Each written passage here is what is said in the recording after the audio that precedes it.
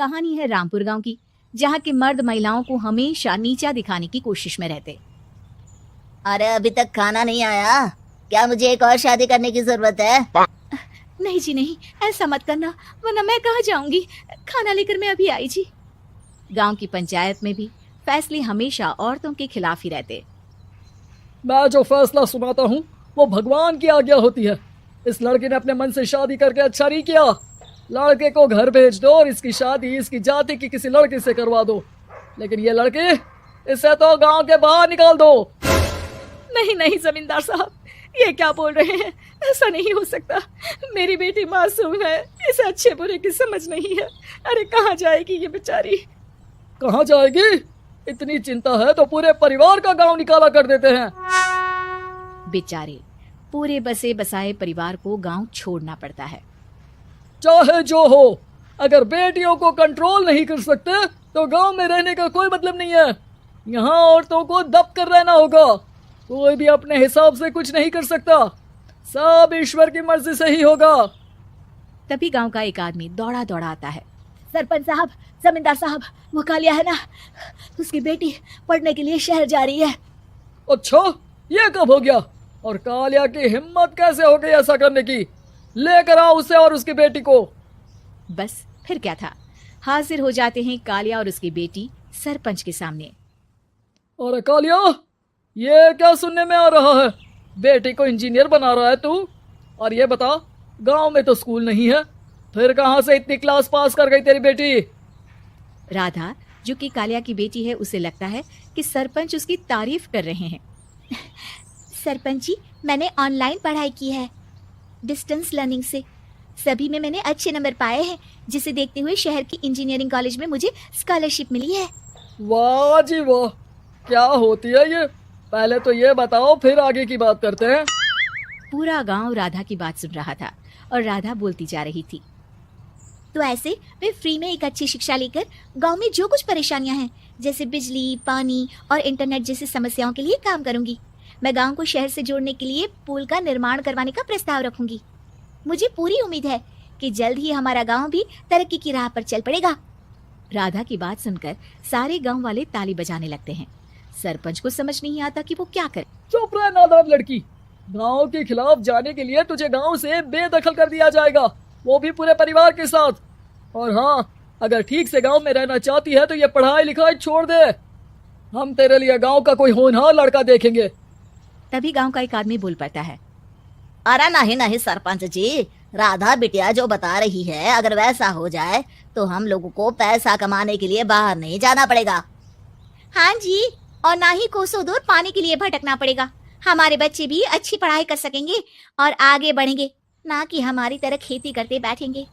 क्यों गांव वालों, राधा बिटिया का साथ देना चाहिए ना। सरपंच देखता है कि गांव राधा के साथ है तो वो चुप हो जाता है। वो घर आकर अपने सलाहकार से बात करता है, जो बहुत ही चालाक किस्म का इंसान होता है। अरे सरपंच साहब, आपको बहुत ही होशियारी से काम लेना पड़ेगा। एक बार गांव तरक्की कर गया, यहाँ के बालक पढ़ लिए तो कोई ना पूछेगा आपको। और फिर ये जो बेटा और बेटी है ना आपके, इनको भी आम लोगों की तरह ही जीवन जीना होगा। हाँ, लेकिन करे तो क्या करे? वो ना आप मुझ पर छोड़ दीजिए, बस मैं जैसा बोलूं करते जाइए। अगले रोज सुबह जब गांव वाले सोकर उठते हैं तो राधा के घर के बाहर और साथ ही वो लोग जिन्होंने राधा का सपोर्ट किया था, उनके घर के आगे लाल रंग से कल आऊंगी लिखा होता है। कल आऊंगी, ये क्या होता है? अरे यह तो खून से लिखा है, लगता है कोई भूत प्रेत या चुड़ैल का साया है। चलो सरपंच जी के पास चलते हैं। सभी सरपंच के पास जाकर उसे सारी बात बताते हैं। और ये तो बड़ी मुश्किल की बात है। चलो, मैं एक बाबा को जानता हूँ, उन्हें बुला लेता हूँ। सरपंच बाबा को लेकर गांव के घर के बाहर जाता है। ओहो, तो ये वो चुड़ैल है जो उन लोगों को निशाना बनाते हैं जो गांव को बदलने का सपना देखते हैं। वो गांव को ऐसे ही संपन्न देखना चाहती है, वो नहीं चाहती कि कोई बाहरी यहाँ का कायाकल्प करे। क्या तुम लोगों में से किसी ने गांव को बदलने की सोच रखी है? तभी राधा की माँ रोते रोते आती है। मेरी राधा घर से गायब हो गई है। अरे कोई तो बचाओ, मेरी बच्ची कहाँ गई?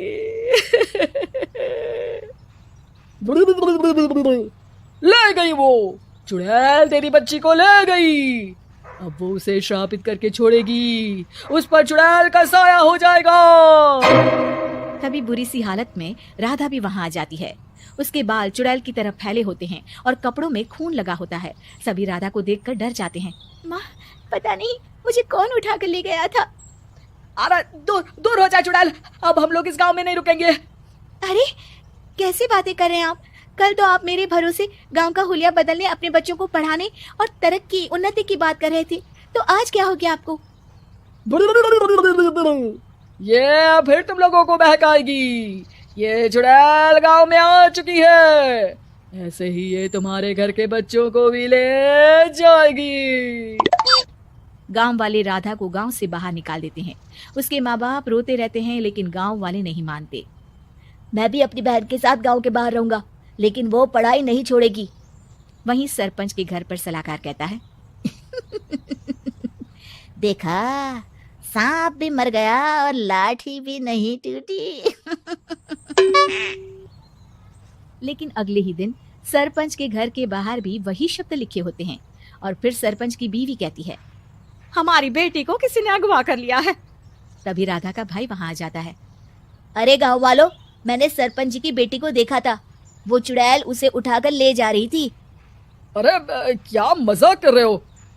नहीं नहीं सरपंच जी, आप नहीं जानते, वो चुड़ैल अब आपकी बेटी में आ जाएगी, जैसे राधा के अंदर आ गई थी। तभी सरपंच की बेटी वैसी ही हालत में वहां आती है जैसे राधा आई थी। पापा, पता नहीं कैसे मैं गायब हो गई थी। चुड़ैल, इसके अंदर भी चुड़ैल का साया है, मारो इसे। अरे नहीं नहीं, इसे भी राधा के पास गांव के बाहर ही भेज दो। अरे चुप रहो, मेरी बेटी कहीं नहीं जाएगी, और चुड़ैल वुड़ैल कुछ नहीं होता है। अरे कैसे बात कर रहे हो सरपंच जी? आप तो बोल रहे थे कि आपका फैसला भगवान का ज्ञान होता है, तो अपने पर बात आई तो अब आप ऐसे बोल रहे हैं।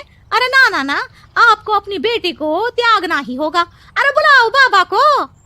राधा का भाई बाबा को ले आता है, जिसे अब गांव वालों के डर के कारण सच बोलना पड़ता है। मैं कोई बाबा नहीं हूँ, मैं तो मोची था। ये सलाहकार महोदय ने मुझे कहा था एक्टिंग करने को, वो मुझे पैसे देने वाले हैं। अब मुझे माफ कर दो। गलती हो गई, मुझे माफ कर दो। तभी वहां राधा आ जाती है। देखा सरपंच जी, जब गांव के बच्चे साक्षर होंगे तो आप जैसे लोगों की चालाकी नहीं चलेगी।